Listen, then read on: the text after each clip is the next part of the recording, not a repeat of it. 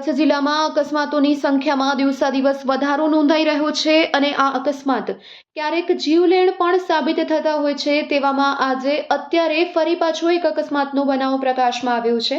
વાત કરીએ ભુજ તાલુકાના કેરા નજીક આવેલ ઝાખા કાંડા પાસેના વિસ્તારની કે આ વિસ્તારમાં ટ્રિપલ અકસ્માત સર્જાયો છે અને આશરે 6 થી 7 લોકોના મોતની આશંકા હાલ સેવાઈ રહી છે।